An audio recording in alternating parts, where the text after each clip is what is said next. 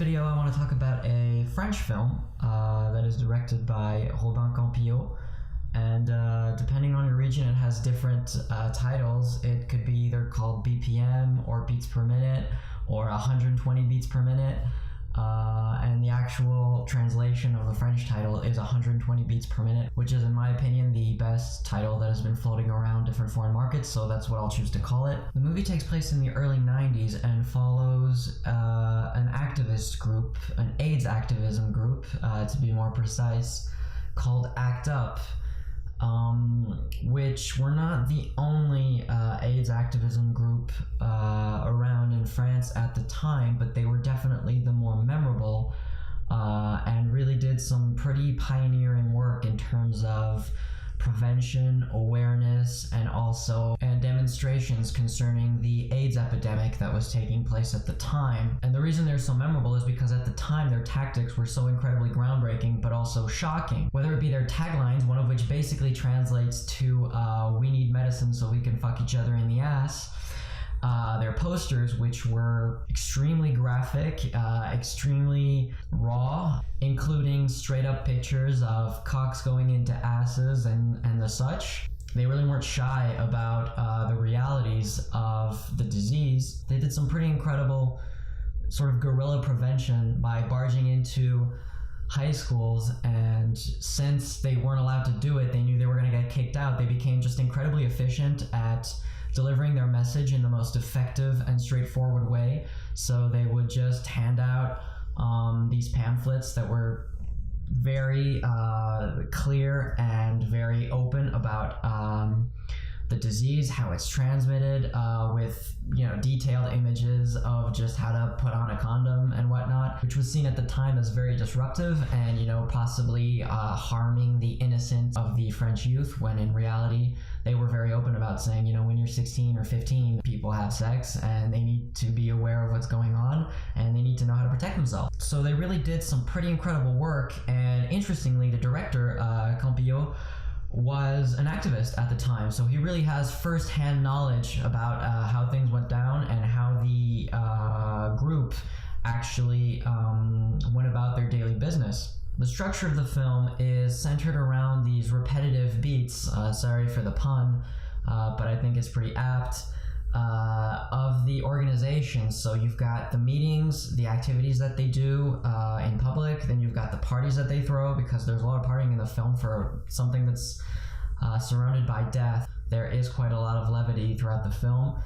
And also the personal lives of essentially through two main characters, one of which is HIV positive and the other who isn't. So obviously, that one is going to not end well. And saying the film is repetitive is not necessarily a criticism. I think that repetitiveness works well within its thematic structure, and it just is a pretty accurate representation of the lives of these people. The main issue that I can have with it is that some of the segments are more interesting than others. So, for example, everything that has to do with the activism part of the story is incredibly fascinating and engaging, and I could have watched that for hours. Just debates between people as to how to lead an activity, how to lead a demonstration, what they're going to do next week, how are they going to get their message across. I really thought that was fascinating, and I would have been totally into a sort of Wiseman style documentary on the subject. Campillo, who, like I said before, was a part of the ACT UP group, really knows how to direct and shoot those scenes.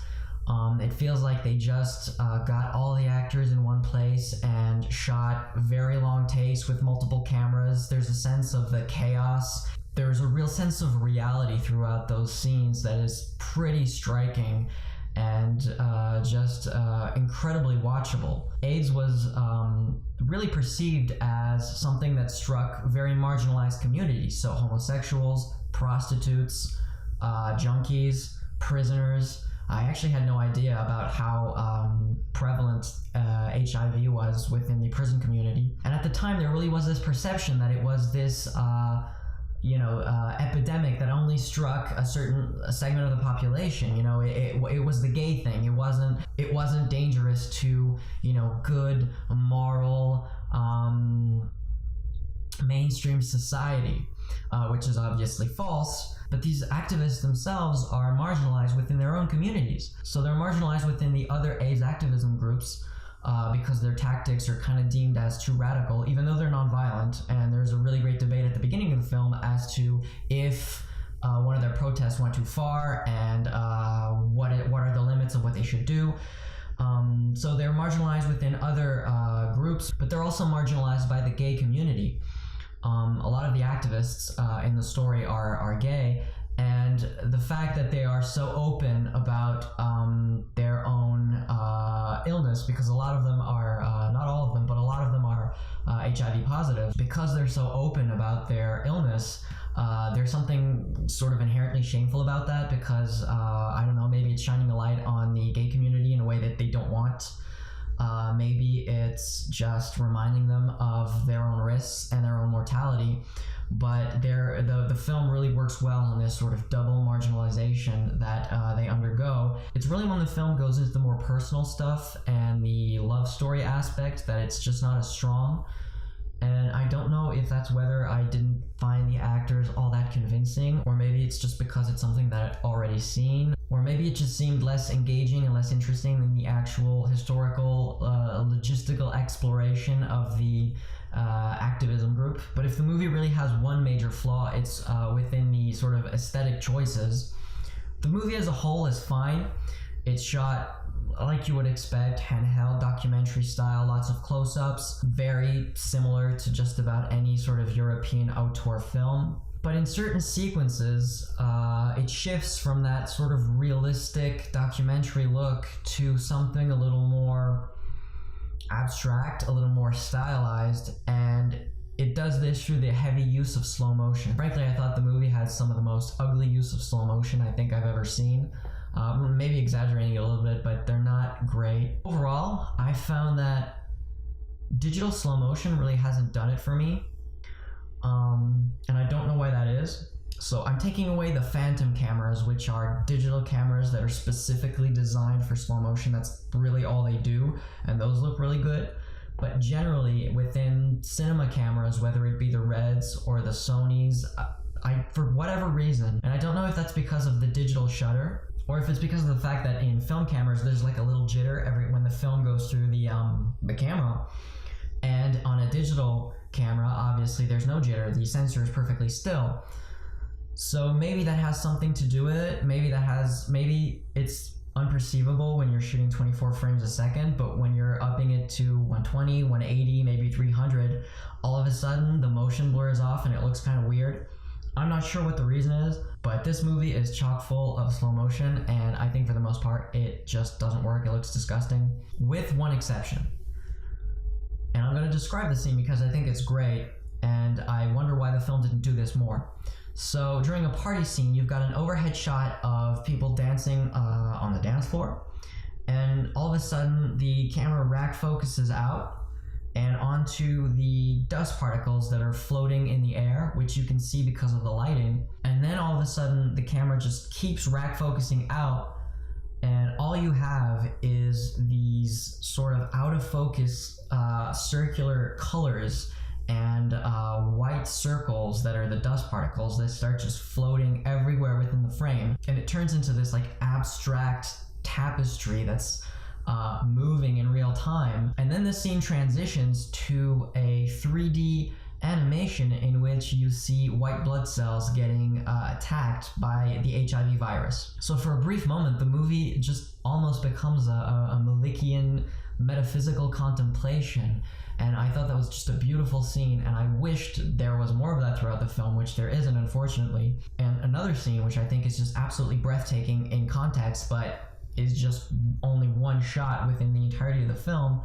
Later on, there's a demonstration in the street, and you have just dozens and dozens of people lying on the ground with crosses and with signs to indicate that AIDS is killing them. And there's again an overhead shot of just dozens and dozens of people lying down with crosses and signs, and the way they're disposed, you know, kind of all over the place, has this abstract Picasso Guernica quality, which I really wish the film would have gone more with those abstract visuals. So I think overall the film actually has a lot of qualities and deserves to be praised. My reservation is with the amount of praise the film got and with giving it the Grand Prix at the Cannes Film Festival. Maybe I'm wrong, but to me Cannes is still something that's relevant. This is a nice little movie, but I feel the film is also getting a lot of praise based on its subject matter and not necessarily based on the film itself. And I'm kind of shocked by how little people are actually willing to point out sort of the problems or the flaws within the film and just are ready to say this is like the film of the year, when I think it's a perfectly fine film. It is perfectly deserving of recognition and of praise, but to consider this an absolute masterpiece, I feel is maybe a little overly generous, and it definitely planted me with a certain expectation going into the film that I felt the film didn't really live up to. Now, is that the fault of the film? I don't think so. That's probably the fault of the press, the fault of Cannes, the fault of the people that gave it the Grand Prix prize. But regardless, I think the film is definitely worthy of your time. It deserves to be seen, and it's probably not playing in your area because it's only playing, I think, in like 2 theaters in the US. But if you happen to come across it, well, then maybe you should give it a chance.